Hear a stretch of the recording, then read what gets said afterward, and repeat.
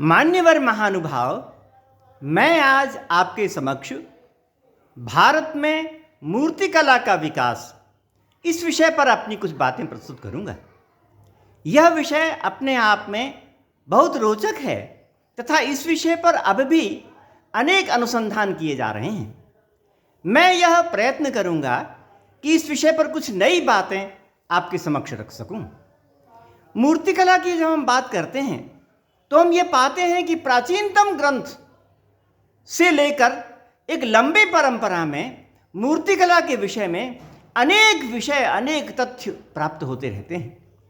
कोई युग ऐसा नहीं बीता जिसमें रचे गए ग्रंथ में मूर्तिकला पर बातें न की गई हों। परंतु आधुनिक जो इतिहासकार हैं वे यह मानते हैं कि अगर मूर्तिकला का स्पष्ट रेखांकन प्राप्त करना है, अगर हम ये चाहें कि उसका अत्यंत परिपुष्ट प्रमाण प्राप्त कर पाएं, तो उसके लिए पुरातत्व में इसका उल्लेख होना चाहिए। पुरातत्व में जब हम मूर्तिकला को देखते हैं और पाते हैं तो यह बात पूरी तरह से, पक्की तरह से प्रमाणित हो जाती है कि यहाँ पर वास्तव में मूर्तिकला थी।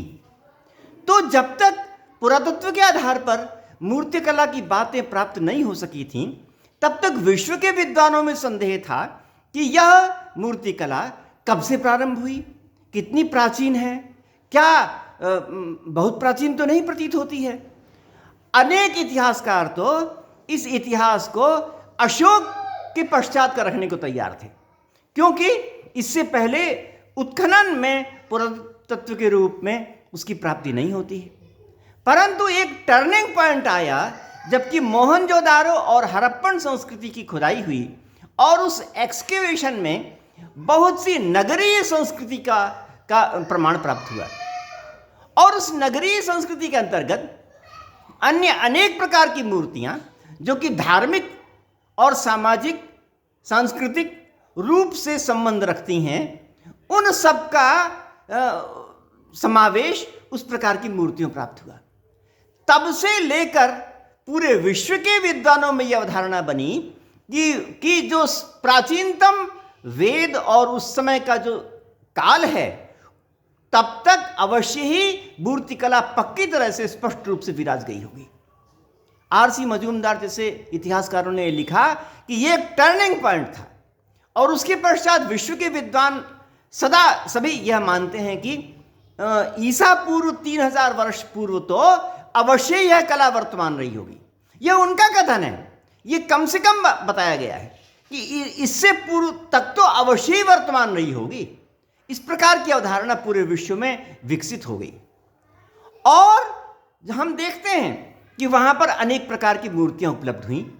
अनेक प्रकार की मूर्तियों में या तो योगी की मूर्ति जो कि दाढ़ी बढ़ाई हुई थी, अथवा नर्तकी की मूर्ति जो कुछ अलंकारों से सुसज्जित थी, अथवा शिव की मूर्ति। जिस प्रकार की शिव की मूर्ति के संबंध में उस समय और आगे के ग्रंथों में अवधारणा है, उस प्रकार के चिन्हों को लेते हुए वह शिव की मूर्ति हड़प्पन संस्कृति में प्राप्त हुई और इसीलिए उसको इतिहासकार पशुपति की मूर्ति भी कहते हैं। तो ये मूर्तियां उससे प्राप्त हुई और ये मूर्तियां ये ब्रॉन्ज में थीं या कॉपर में थीं, इस प्रकार की धातुओं में थी। तो इससे स्पष्ट हो गया कि इस प्रकार की धातुओं को ढाल करके इस प्रकार की मूर्ति बनाने की जो तकनीक है वो उससे प्राप्त हो गई थी।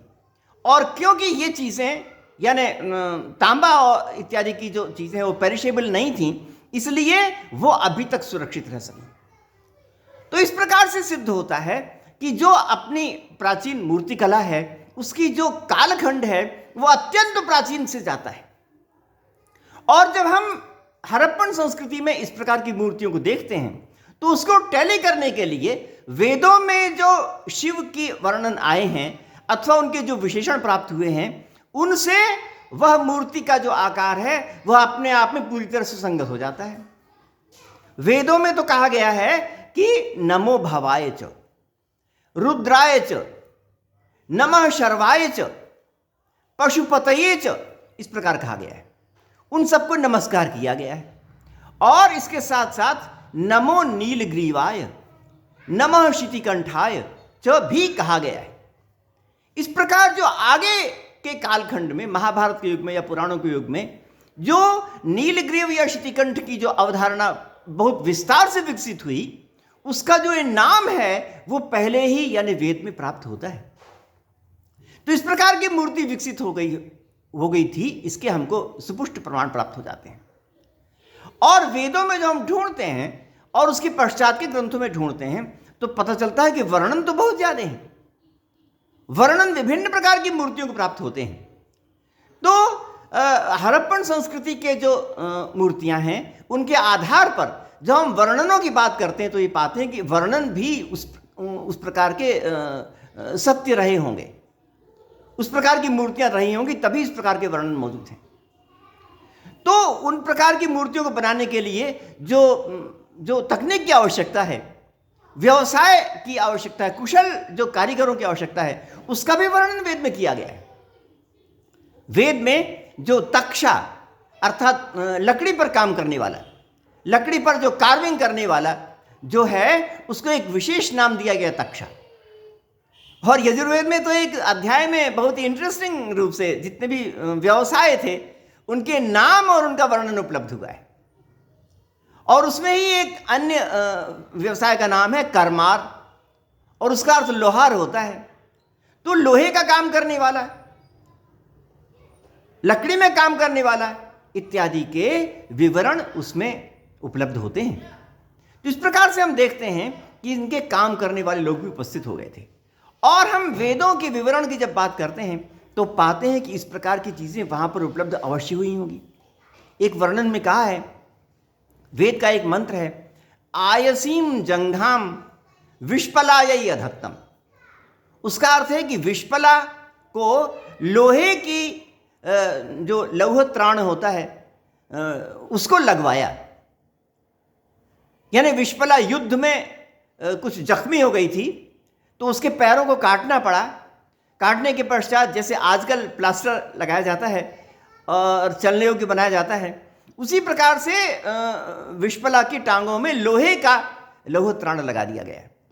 तो इससे प्रकट होता है कि लोहे को सांचे के द्वारा और उतने आकार के, ठीक उसमें जिससे कि फिट हो जाए, उस प्रकार के आकार को बनाना आ गया था।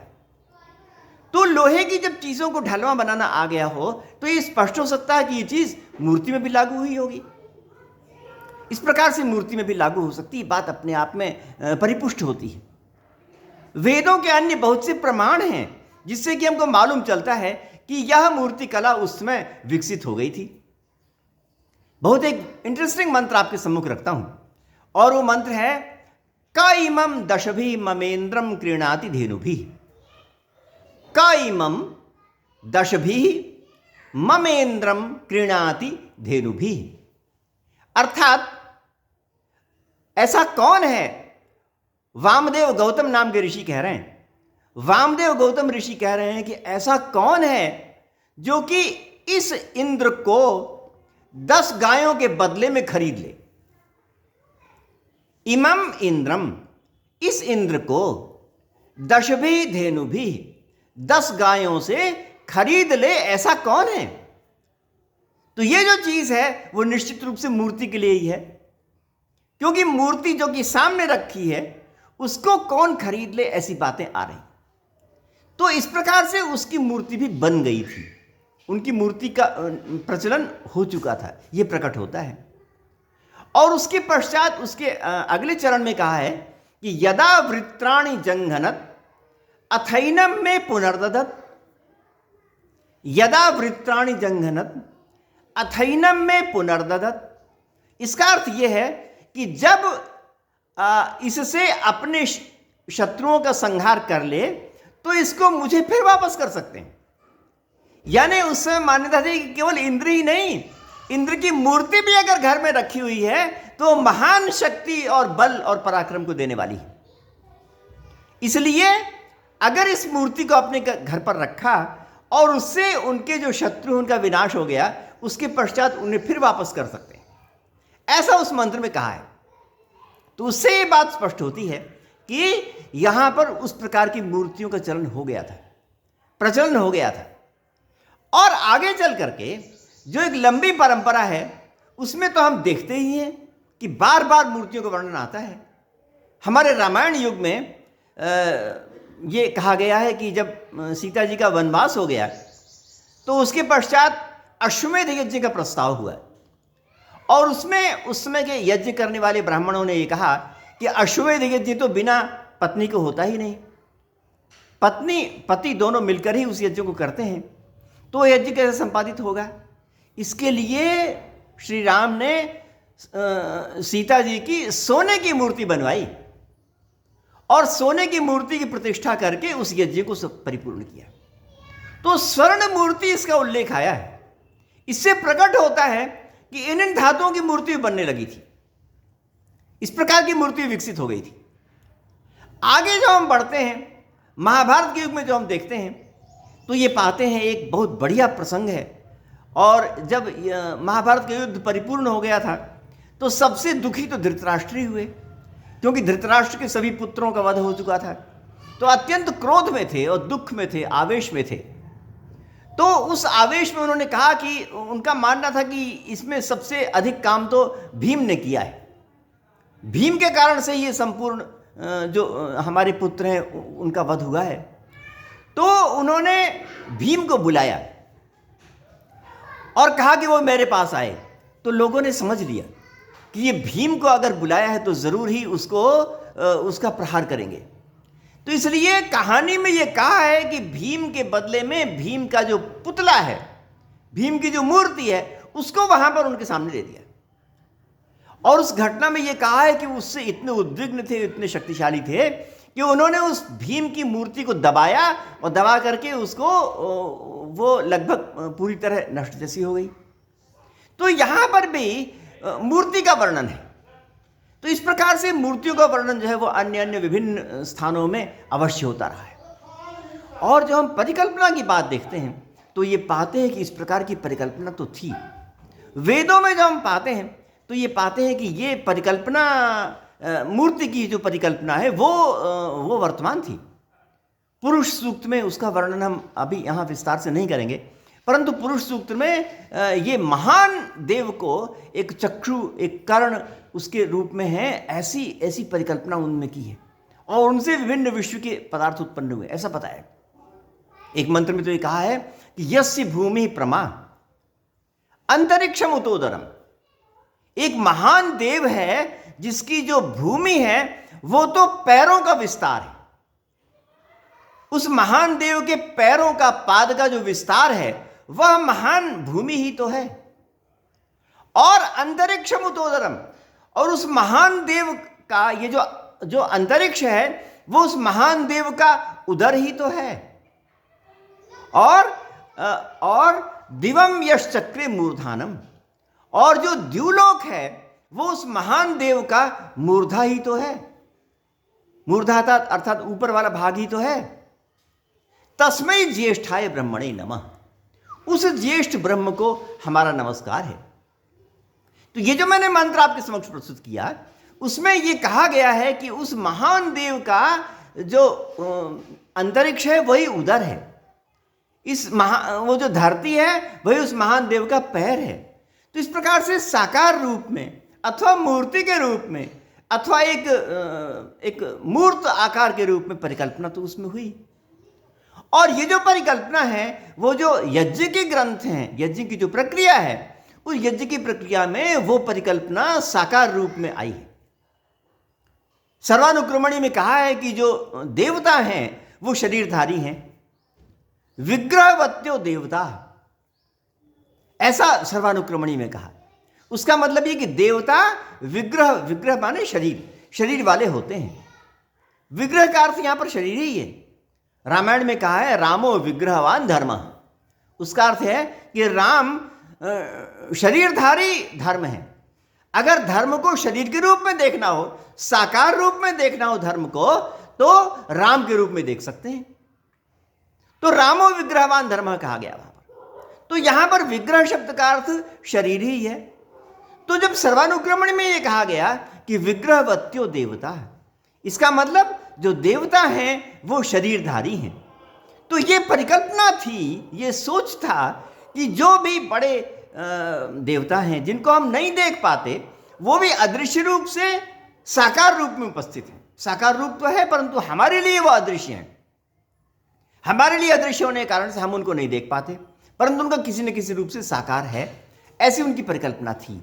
और जब कोई यज्ञ होता है और उस यज्ञ में वे जो देवता हैं जिनका आवाहन किया जाता है वे यहाँ पर उपस्थित होते हैं, यज्ञवेदी में उपस्थित होते हैं, आहुति ग्रहण करते हैं, हव्य ग्रहण करते हैं, सोमपान करते हैं, उसके बाद आशीर्वाद देते हैं, उसके पश्चात जाते हैं। ये संपूर्ण अवधारणा उसमें प्राप्त होती है।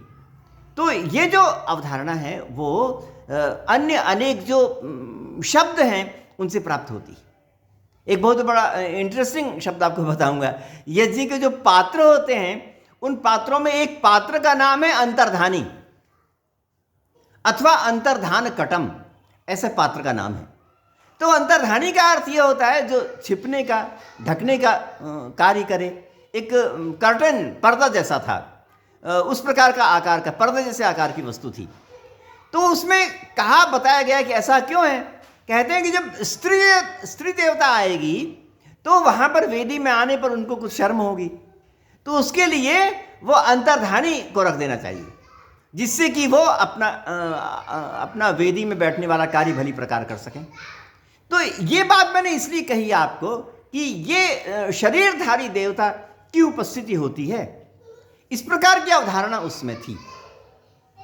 और सशरीर उपस्थित होने के कारण से वह यज्ञ भली प्रकार संपादित होता है। तो ये जो यज्ञ है वह में जो देवता हैं उनकी मूर्ति विभिन्न प्रकार की है, और केवल देवताओं की ही नहीं, जो स्त्री देवता उनकी भी है। हमारे पाणिनि के जो सूत्र हैं उनमें इंद्र, वरुण, भव, शर्व जो देवता है उनका नाम तो लिया ही गया है, और उनकी पत्नियों के लिए अलग अलग नाम भी आए हैं। इंद्र की पत्नी के लिए इंद्राणी, भव की पत्नी के लिए भवानी, इस प्रकार से अलग अलग भी अनुशासन किया है। तो देवता भी हैं और स्त्री देवता भी हैं, और वो विग्रहवती हैं और वो उपस्थित होते हैं, इत्यादि बातों का वर्णन वहां पर किया गया है। तो हम ये पाते हैं कि जब वेद से देखते हैं और उसके पश्चात की जितनी लंबी परंपरा है उसमें इस प्रकार की मूर्तियों का निरंतर विकास होता रहा था। और जब हम आगे बढ़ते हैं तो ये पाते हैं कि पाणिनि के युग में भी मूर्ति कला का विकास हुआ था, और इसका वर्णन उनके शब्दों में प्राप्त होता है। पाणिनि ने अपने शब्दों में जो अनुशासन किया है उससे ज्ञात होता है कि इस प्रकार के जो मूर्तियां थीं वो प्रचलित हो गई थीं। एक बहुत ही इंटरेस्टिंग सूत्र बताऊंगा आपको, और वह है जीविकार्थे चापण्ये। ये वो सूत्र का नाम है, और उस सूत्र में कहा गया है कि अगर कोई मूर्ति पर्ण्य माने बिक्री के लिए ना हो तो उस दशा में उसके साथ आए हुए कन का लोप हो जाता है, और अगर पर्ण्य के लिए हो, पर्ण्य माने बिक्री के लिए हो, तो कन प्रत्यय का लोप नहीं होता है। जैसे मैं सरल शब्दों में कहूं, जैसे मान लीजिए राम है, लक्ष्मण है, तो इनकी जो थी अवस्थिति दो प्रकार से होती थी। एक तो राम की अथवा लक्ष्मण की मूर्ति बनाई और उसको दुकान में रख दिया, तो दुकान में उस मूर्ति को लेके लोग बिक्री करके ले जाते थे, अपने घर पर रखते थे या मंदिर में रखते थे, जहां पर भी हो। तो राम की जो मूर्ति है एक तो दुकान में रहती थी बिक्री के लिए, और उसके पश्चात राम की मूर्ति मंदिर में भी रहती थी, वहां पर उनकी पूजा होती थी, तो वो मंदिर में रहती थी। तो दो स्थितियां हैं, एक तो पर्ण्य माने बिक्री के लिए है, और दूसरी मंदिर में है तो बिक्री के लिए नहीं है। तो राम की मूर्ति एक तो बिक्री के लिए है दुकान में, और दूसरी बिक्री के लिए नहीं है मंदिर में। तो पाणिनि ने ये कहा है कि अगर वो दुकान में रहेगी बिक्री के लिए तो उस दशा में उसके साथ का जोड़ दिया जाएगा, तो बनेगा रामकम लक्ष्मणकम। अगर राम की मूर्ति बिक्री के लिए दुकान पर हो तो कन प्रत्यय होके बनता है रामकम लक्ष्मणकम, ऐसा बनता है। परंतु यदि राम की मूर्ति मंदिर में चली जाए तो उस दशा में कन प्रत्यय का प्रयोग नहीं होगा। उस दशा में तो ये समझ लिया जाता है कि साक्षात राम ही है, साक्षात लक्ष्मण ही है, प्रतिकृति की बात खत्म हो जाती है, मूर्ति की बात समाप्त हो जाती है। अभी तो साक्षात लक्ष्मण ही है, राम ही है, इस प्रकार की बात समझ में आती है। तो उस दशा में मंदिर में होने पर वो कन प्रत्यय का प्रयोग नहीं होगा, तो बनेगा राम लक्ष्मण, इस प्रकार से उसका प्रयोग होगा। तो उस सूत्र में कहा है कि जीविका तो दोनों से होती है। जीविका तो अगर दुकान में हो तो भी बिक्री से पैसा मिलेगा, और अगर मंदिर में हो तो भी उससे धन प्राप्ति होगी। तो इस प्रकार से जीविका से तो दोनों हैं, परंतु एक पण्य है और एक पण्य नहीं है। एक दुकान में बिक्री के लिए है और दूसरी दुकान में बिक्री के लिए नहीं है, तो उनके लिए अलग अलग प्रकार के प्रयोग हैं। ये बात उस सूत्र में कही है। तो इससे ये बात तो साफ हुई कि इस प्रकार की मूर्ति बनती थी, और इस प्रकार की जो मूर्ति थी उनका दो स्थानों में प्रयोग होता था, एक तो दुकानों में और दूसरा मंदिरों में। इस प्रकार का प्रयोग होता था। एक बहुत बढ़िया श्लोक बताऊंगा, और श्लोक पंडित अंबिका दत्त व्यास ने लिखा है, और श्लोक में लिखा है कि रामम सीताम लक्ष्मणम जीविकार्थे विक्रीणीते यो नरस्तम दिग्धिक अस्मिन् पद्ये यो शब्दम न वेत्ति व्यर्थ प्रज्ञम पंडितम तम च दिग्धिक। उसका अर्थ यह है कि राम सीता और लक्ष्मण की मूर्ति को जो दुकानों में बेचता है उसको धिक्कार। मूर्ति को बेचना नहीं चाहिए जो बेचता है। और इस पद्य में कुछ गलती हो गई है, अगर उस गलती को ना जान सके तो भी उसको धिक्कार। तो यहां पर गलती क्या हो गई है?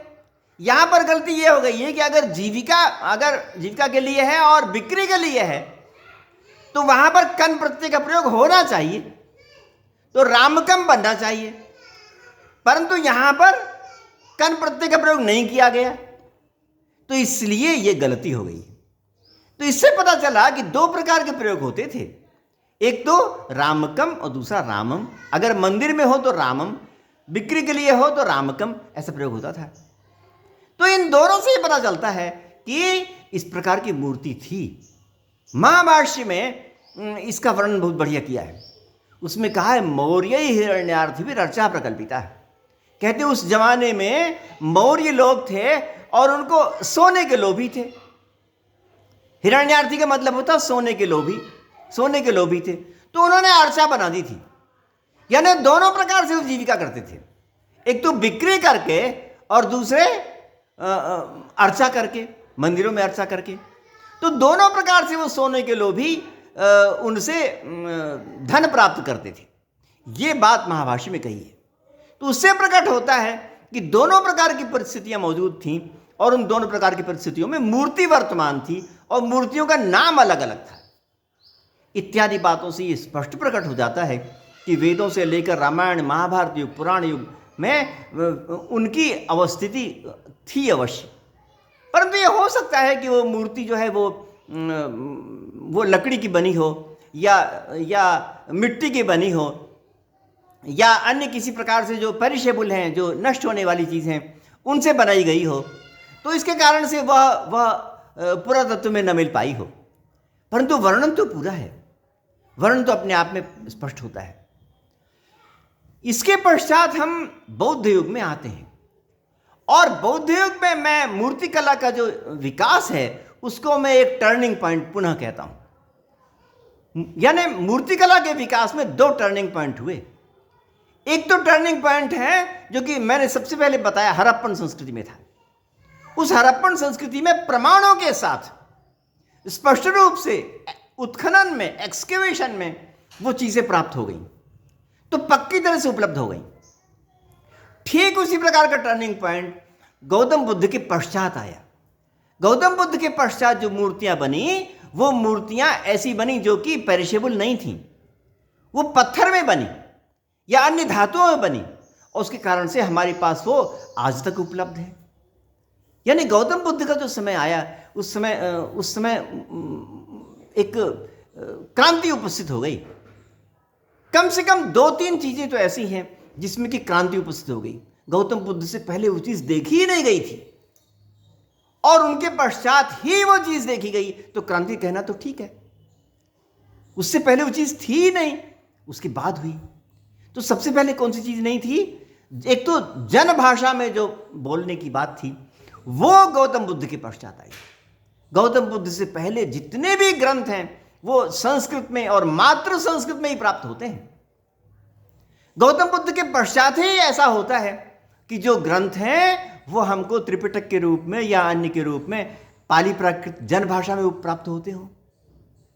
तो एक तो बड़ी विशिष्ट बात यह हुई जो कि इतिहास की अद्भुत बात है। और दूसरी इतिहास की बात यह हुई कि वो स्पष्ट और विनष्ट न होने वाली मूर्तियां हमको मिलने लगी। यद्यपि जो मूर्तियों वाली बात थी वो गौतम बुद्ध ने अपने शब्दों में नहीं कहा था। अपने शब्दों में उन्होंने अपनी मूर्ति बनाने की प्रेरणा नहीं दी थी।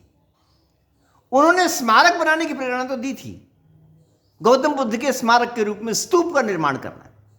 तो स्तूप के निर्माण करने की तो उन्होंने आज्ञा दी थी और उन्होंने कहा था कि विभिन्न स्थानों में जो जन संकुल हों, जो चतुष्पथ हों, जो अन्य प्रकार के कष्टों से अबाधित हों, उन स्थानों में भव्य स्तूप का निर्माण किया जाना चाहिए।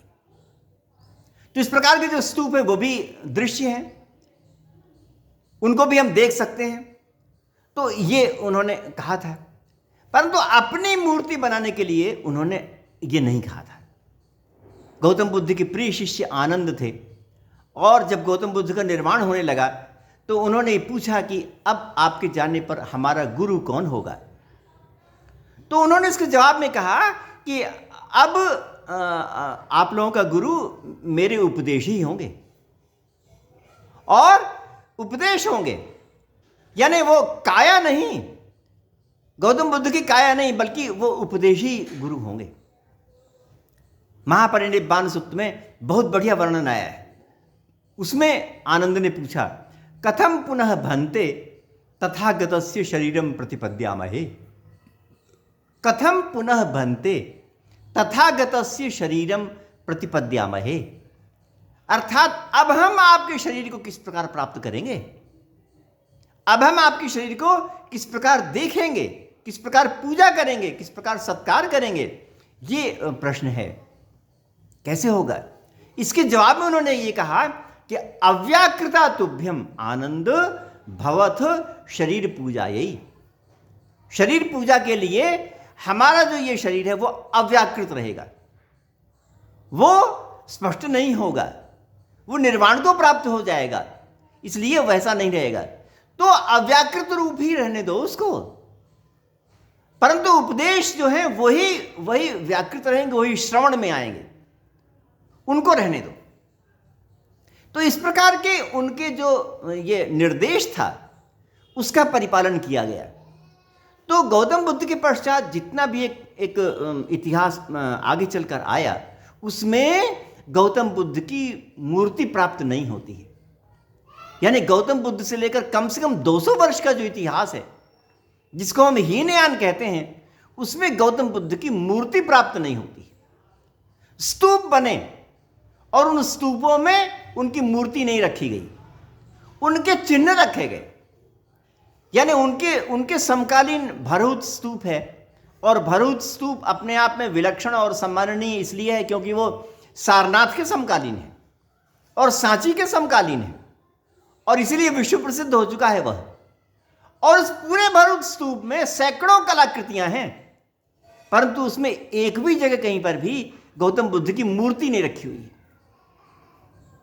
इस भरूच स्तूप को सबसे पहले वर्णन करने वाले अलेक्जेंडर कनिंघम ने अपने ग्रंथ में कई बार लिखा है कि इस स्तूप में कहीं पर भी गौतम बुद्ध की मूर्ति वर्तमान नहीं है, अभी तो उनके चिन्ह वर्तमान है।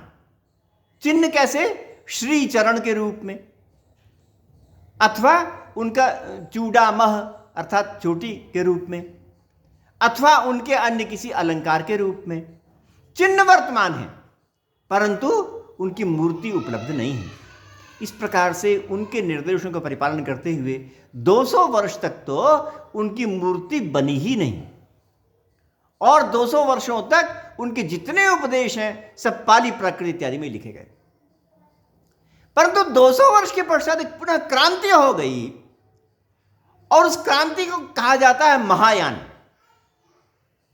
तो महायान जो है वो हीनयान के पश्चात आया, तो उन्होंने अपने को महायान कहा और इससे पहले वाले जो उनको हीनयान कहा। और इस महायान में ये विशेषता आई कि उनके ग्रंथ पुनः संस्कृत में बनने लगे। यानी आप देखते हैं हीनयान में केवल पाली प्राकृत में ग्रंथ थे, और हीनयान के पश्चात जब महायान आया तो फिर से संस्कृत प्रारंभ हो गई। जो बड़े बड़े दर्शन शास्त्रीय ग्रंथ हैं बौद्ध के, प्रमाण वार्तिक जैसे ग्रंथ, आचार्य धर्मकीर्ति के, तत्व संग्रह ग्रंथ कमलशील के, ये जो ग्रंथ हैं वो सब पुनः संस्कृत में लिखे जाने लगे। और दूसरी क्रांति ये हुई कि गौतम बुद्ध की मूर्ति बनने लगी, और जब एक बार मूर्ति बनने का क्रम शुरू हुआ तो फिर कभी रुका नहीं।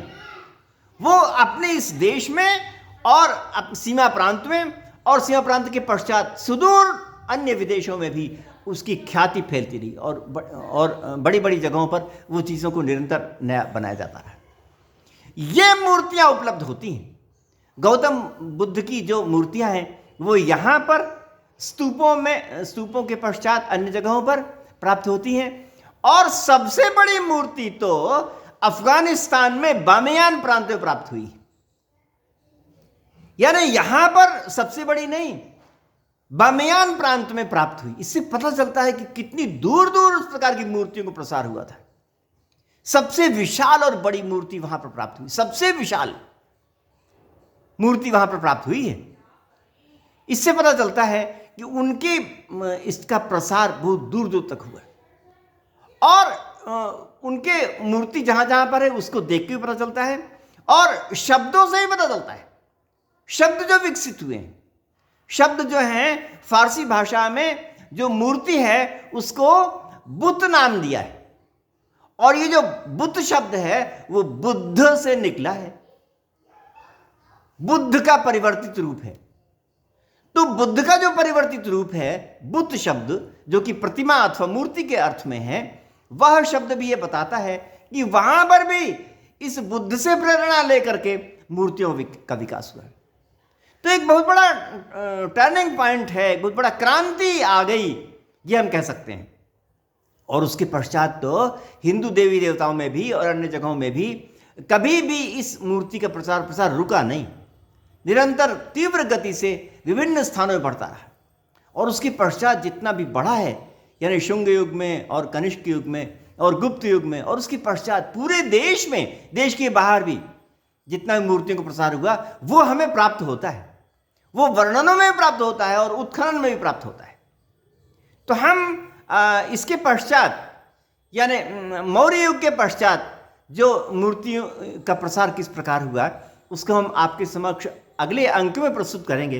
परंतु यहाँ पर मैंने आपको हड़प्पन संस्कृति से लेके वेद, रामायण, महाभारत से लेकर और गौतम बुद्ध के समय में के पश्चात जो मूर्तियाँ बननी विकसित हुई, उन सब की बातें हमने आपके कही। और उसके पश्चात जो मूर्ति कला का विकास हुआ उसके पश्चात तो बहुत अधिक है, वह अन्य अनेक व्याख्यानों